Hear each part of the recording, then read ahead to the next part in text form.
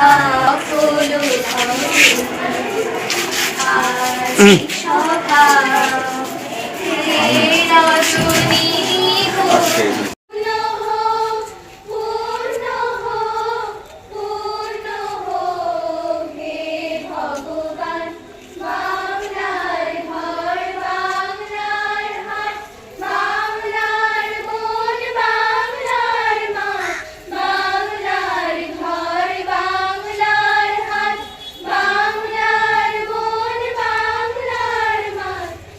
কামারপুকুর নয়নতারা বালিকা বিদ্যালয়ে কবিগুরুর প্রয়াণ দিবস ও রাখি বন্ধন পালন।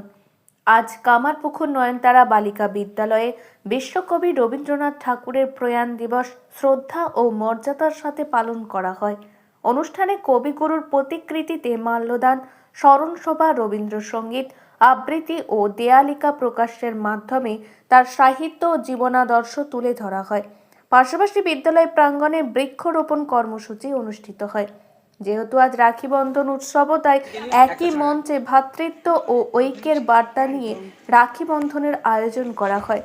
অনুষ্ঠানে উপস্থিত ছিলেন রামকৃষ্ণ মিশন বহুমুখী বিদ্যালয়ের মহারাজ স্বামী কল্যাণেশানন্দজি, বিদ্যালয়ের ম্যানেজিং কমিটির সভাপতি ও কামারপুকুর গ্রাম পঞ্চায়েতের উপপ্রধান শুভপ্রকাশ লাহা, প্রধান রাজদীপ দে সহ অন্যান্য বিশিষ্ট ব্যক্তিবর্গরা।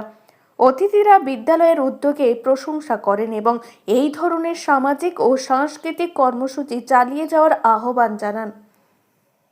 আসলে আজকে যেহেতু 22শে শ্রাবণ রবীন্দ্রনাথের মৃত্যুবার্ষিকী এবং রবীন্দ্রনাথ যেহেতু জাতিভেদ বা সাম্প্রদায়িকতার কোনো ভেদাভেদ করতেন না, এই উদ্দেশ্যে তিনি রাখি বন্ধন প্রচলন করেছিলেন এবং রাখি বন্ধন এবং রবীন্দ্রনাথ যেহেতু পরস্পর সম্পর্কিত, তাই আজ আমরা দুটো অনুষ্ঠানই পালন করব। যেহেতু পূর্ণিমা পড়েই গেছে, তাই কোনো অসুবিধা নেই। আর আপনারা দেখতেই পেলেন, এইমাত্র আমাদের প্রধান শিক্ষিকা আমাদের সাথে গাছ রোপণ করলেন।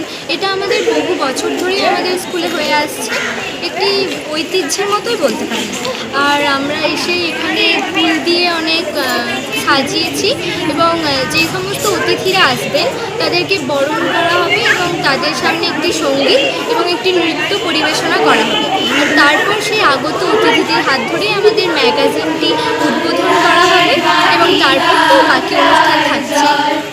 হঠাৎ পালকি নিয়ে কেন গাছ বৃক্ষরোপণ করলে?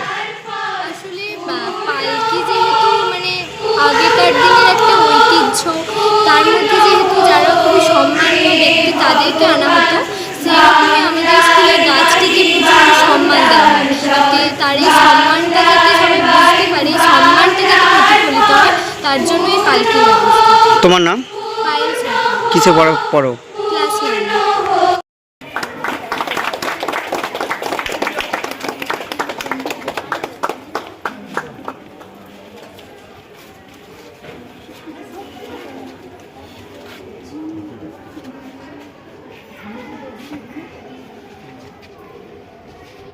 বাইশে শ্রাবণ আমাদের গোটা ভারতবর্ষে সাহিত্য জগতের প্রাণপুরুষ রবীন্দ্রনাথ ঠাকুরের মৃত্যুদিন।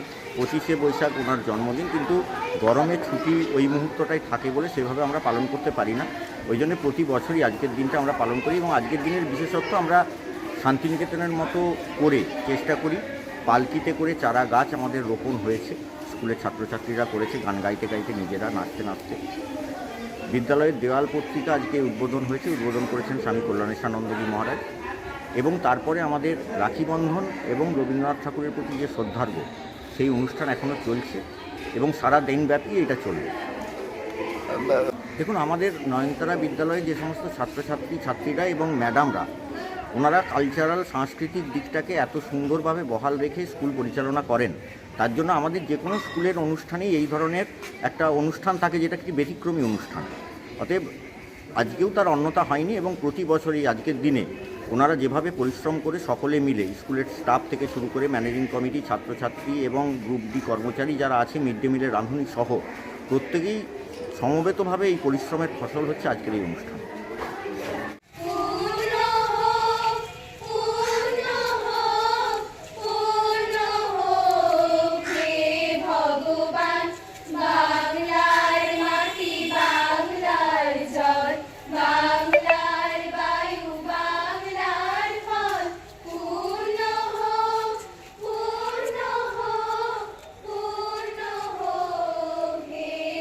আমরা 22শে শ্রাবণে শান্তিনিকেতনে যেভাবে বৃক্ষরোপণের মাধ্যমে রবীন্দ্রনাথ শুরু করেছিলেন, সেইটা আমরা এখানে প্রথম থেকেই চালু করছি যে 22শে শ্রাবণ আমরা বৃক্ষরোপণ করবো এবং রবীন্দ্রনাথ ঠাকুরকে শ্রদ্ধা জানাবো। কারণ আমরা 25শে বৈশাখটা পাই না, কারণ ওই সময় তো আমাদের গরমের ছুটি থাকে, তাই আমরা 22শে শ্রাবণটাকে রবীন্দ্রনাথের মানে আমাদের মনের কবি, দুঃখ সুখ আনন্দ, সেই কবিকে আমরা এই দিনই আমাদের সব কিছু উজাড় করে দিয়ে শ্রদ্ধা জানাই এবং কাজ পোতাটা শান্তিনিকেতন থেকে আমরা এটা এখানে করতে চেষ্টা করছি। পালকি নিয়ে ওখানে শান্তিনিকেতনে এইভাবে পালকির মধ্যে নিয়ে গিয়ে চারা গাছ পোতার ব্যবস্থাটা করা হতো, আমরাও এটা করতে চেষ্টা করছি। আর কি কর্মসূচি করলেন? আমাদের আজকে ম্যাগাজিন উদ্বোধন থাকে, দেওয়াল ম্যাগাজিন, সেটা রবীন্দ্রনাথের উপরই 22শে শ্রাবণে উন্মোচন হয়। সেই শিক্ষা হচ্ছে আমাদের ম্যাগাজিনের নাম। সেখানে রবীন্দ্রনাথের পুরো মানে আমাদের আজকে যেহেতু রাখি বন্ধন শুরু হয়ে যাচ্ছে, তাই সাম্প্রদায়িকতা মানববন্ধন এটাই আমাদের মূল থিম হয়েছে ম্যাগাজিনে। একটা ম্যাগাজিন আমরা এর উপরে রেখেছি যে সাম্প্রদায়িকতার বিরুদ্ধে মানববন্ধনটাই প্রকৃত বন্ধন, এটা রেখেছি। আর একটা হচ্ছে রবীন্দ্রনাথের পুরো জীবন, পূর্বপুরুষ থেকে একটা গাছের মাধ্যমে, গাছ এবং তার শাখা পোশাকা মূল এর মাধ্যমে পুরো জীবনীটা, যাতে কিছু ক্লাসের বাচ্চারাও যে কোনো সময় ওরা এই ম্যাগাজিন দেখে জানতে পারে কীভাবে এই চার্টটা তৈরি হয়েছে। এবং সেটা মেয়েরা খুব অ্যাট্রাক্টিভ হয়েছে এটা করেছে, যাতে ভালো দেখা যায়, মেয়েরাও আগ্রহ পায়, ছোটরা যারা করেছে উঁচু ক্লাস ছোটরাও যাতে এই ম্যাগাজিনটার প্রতি আগ্রহী আসে, সেইভাবেই করা হয়েছে। আপনার নাম ম্যাডাম? আমার নাম ভাস্বতী মুখোপাধ্যায়, স্কুলের প্রধান শিক্ষিকা। একটি বিভেদ সৃষ্টিকারী নীতি যা বাংলার ধর্ম ও জাতিসত্তার ভিত্তিতে দুটি ভাগে ভাগ করার চেষ্টা করা হয়েছিল।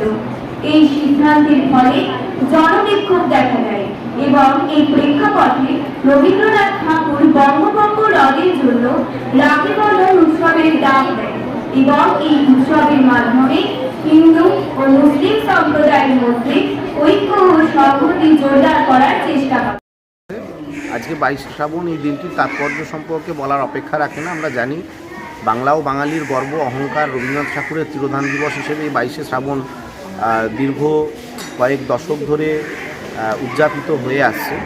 তো আজকের দিনে দাঁড়িয়ে এই ধরনের অনুষ্ঠান, যারা বাংলার মনীষী, বাঙালিকে গর্বিত করেছে, বাঙালিকে যারা বিশ্বের দরবারে প্রতিস্থাপিত করেছে, এই ধরনের মনীষীদেরকে নিয়ে তাদের জীবনবোধ, তাদের লেখনী, তাদের চিন্তন, তাদের মূল্যবোধ এই সম্পর্কে বর্তমান প্রজন্মের যারা ছাত্রছাত্রী রয়েছেন, যারা শিশু রয়েছেন, তাদের মধ্যে সঞ্চারিত করার খুব আশু প্রয়োজন রয়েছে। তার কারণ আমরা প্রত্যেকেই জানি আজকের দিনে দাঁড়িয়ে বাংলা এবং বাঙালিকে চক্রান্ত করে পিছিয়ে দেওয়ার, বাংলা এবং বাঙালির চিরকালীন যে অস্মিতা এবং গৌরব সেটাকে লুণ্ঠিত করার এবং বাংলা ও বাঙালির যে গর্ব ঐতিহ্য সেটাকে মাটির সঙ্গে মিশিয়ে দেওয়ার একটি বিভেদকামী শক্তি তারা চক্রান্ত করছে। এবং আজকের দিনে দাঁড়িয়ে বড় বেশি করে এই বাংলা এবং বাঙালির যারা গর্ব অহংকার, বিভিন্ন মনীষী, রবীন্দ্রনাথ তার মধ্যে একজন। তার কারণ তার লেখনীর মধ্য দিয়ে তিনি বাংলার অস্মিতা, মানুষের জীবনবোধকেই তিনি বারবার তুলে ধরেছেন। এই ধরনের অনুষ্ঠান আরও বেশি করে করার প্রয়োজন রয়েছে, বর্তমান প্রজন্মকে সচেতন করার প্রয়োজন রয়েছে। তারা জানুক বাংলা আসলে মাথা নোয়ানোর বাংলা নয়, বাংলা গর্বে বুক ফুলিয়ে মাথা উঁচু করে ভারতবর্ষকে পথ দেখানোর বাংলা, যেটি আজকের দিনেও অব্যাহত রয়েছে।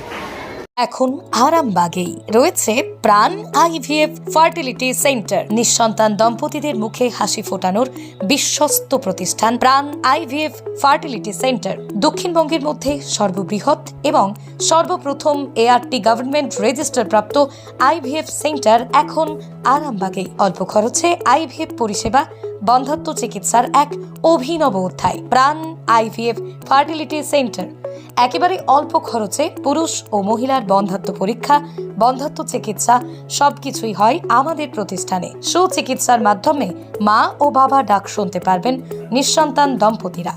তাহলে আর দেরি কেন, আজই যোগাযোগ করুন প্রাণ আইভিএফ ফার্টিলিটি সেন্টারে। ঠিকানা বসন্তপুর, আমতলা, 2 নম্বর রেলগেট, আরামবাগ, হুগলি। যোগাযোগ নম্বর 7865858781 অথবা যোগাযোগ করুন 7908098172 এই নম্বরে।